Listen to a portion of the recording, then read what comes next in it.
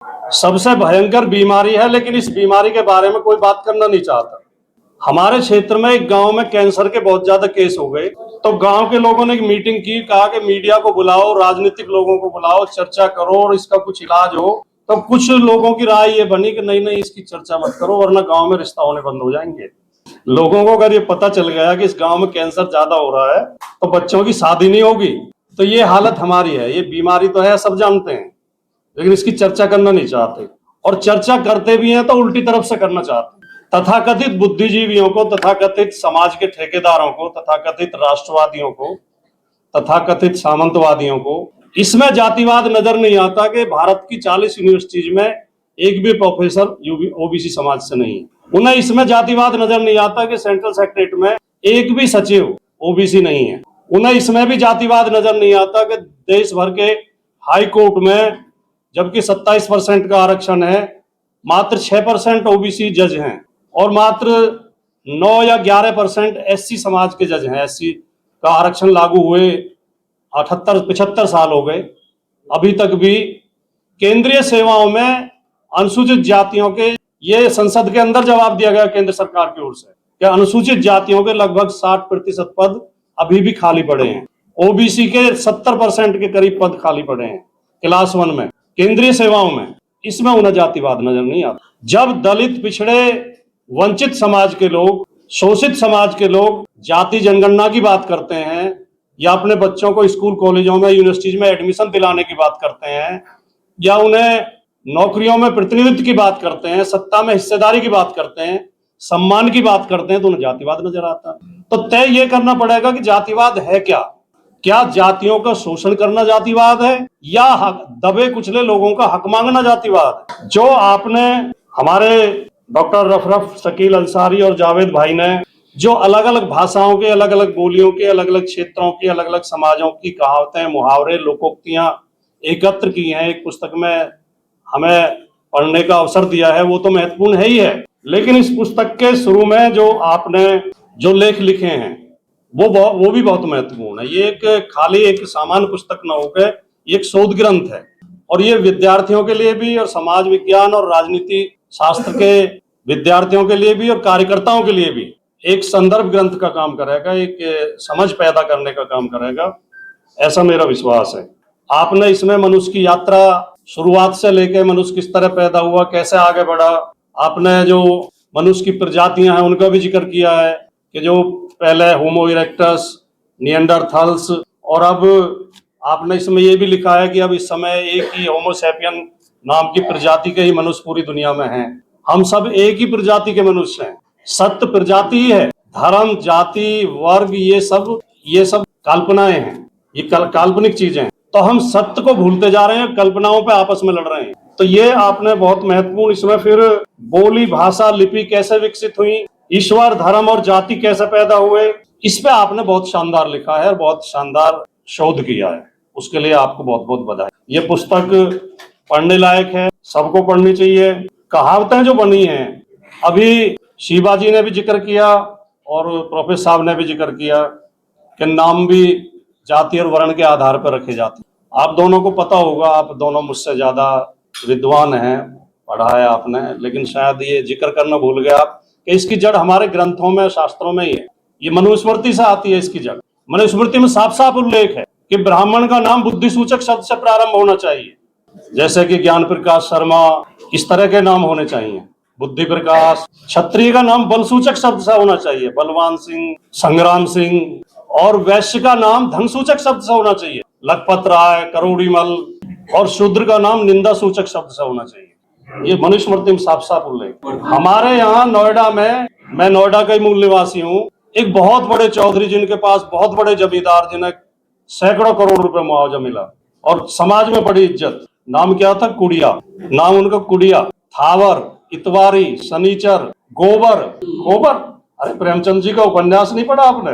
उसमें पात्र का नाम ही गोबर है, और ये होते हैं सचमुच भी। तो ये जो एक मानसिकता है, एक मानसिकता बना, और जिन्हें धर्म ग्रंथ कहते हैं, जिन्हें धर्म ग्रंथ कहकर थोपते हैं। रामचरितमानस में लगभग 100 चौपाई ऐसी हैं जो मानवता को कलंकित करती हैं, अपमानित करती हैं, जो शूद्रों के खिलाफ भी हैं, स्त्रियों के खिलाफ भी हैं। तुलसीदास रामचरितमानस में लिखते हैं। और जो विकलांगों के का भी मजाक उड़ाते हैं, विकलांगों पे भी कटाक्ष करते हैं। काने खोरे कुबरे कुटिल कुचाली जान, तीय विशेष पुनि चेर के भरत मात मुस्कान।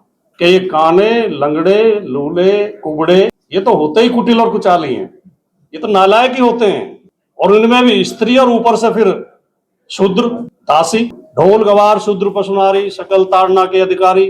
और दूसरी तरफ वो कहते हैं कि शापत ताड़त पर उसके हंता, विप्र पूज्यस गावे संता, पूज्य विप्रशील गुणहीना, शुद्र न गुणगण ज्ञान पर। तो ये जो जड़ है ये बहुत गहरी है, इनसे मानसिकता बनती है, मानसिकता से इस तरह के मुहावरे बनते हैं। और ये मुहावरे, यद्यपि मैं ये बात मानता हूं कि दोनों तरफ से हैं, जवाब में भी बनाए, फिर जब ज्यादा परेशान कर लिए तो जवाब में बनाए। मैं अपना संस्मरण बताता हूं। मैं 1987 में बीए करने के तुरंत बाद एक अखबार में मैं रिपोर्टर हो गया था, गाजियाबाद में नौकरी करने लगा। तो एक पत्रकार महोदय मुझे बार बार ये मुहावरा वो सुनाते थे, दोहा के गूजर अहीर कंजर कुत्ता बिल्ली बंदर, ये छह ना होते तो खुले किवाड़ों से होते। अब सुनकर अपमानजनक तो बहुत लगे, लेकिन सुन ले। फिर मुझे एक किसी सज्जन ने कहा, मैंने उससे कहा यार वो ऐसे सुनाता है बार बार मुझे, उन्होंने कहा ये दोहा सुना दे करो उसे। यद्यपि मैंने वो दोहा कहीं सुनाया नहीं, मुझे खुद अच्छा नहीं लगा इसलिए मैंने कहीं सुनाया नहीं, लेकिन आज बोल देता हूँ क्योंकि इसी विषय पर कार्यक्रम है। उन्होंने कहा ये सुना दिया करो कि ब्राह्मण भला न वैश्य इनमें भला न कोई, और कोई कोई वैश्य तो भली ब्राह्मण भला न कोई। मैंने कहा यार ये तो ज्यादा खराब हो जाएगा, ब्राह्मण भी कुछ तो अच्छे होते हैं, भले होते हैं, ऐसा नहीं है कि।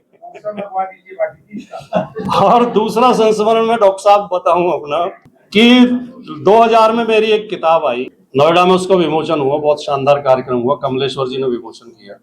और उसके बाद मैंने बहुत अच्छी चाय पानी की, जलपान की व्यवस्था की थी, बर्फी भी थी और बिस्कुट भी थे, नमकीन भी था।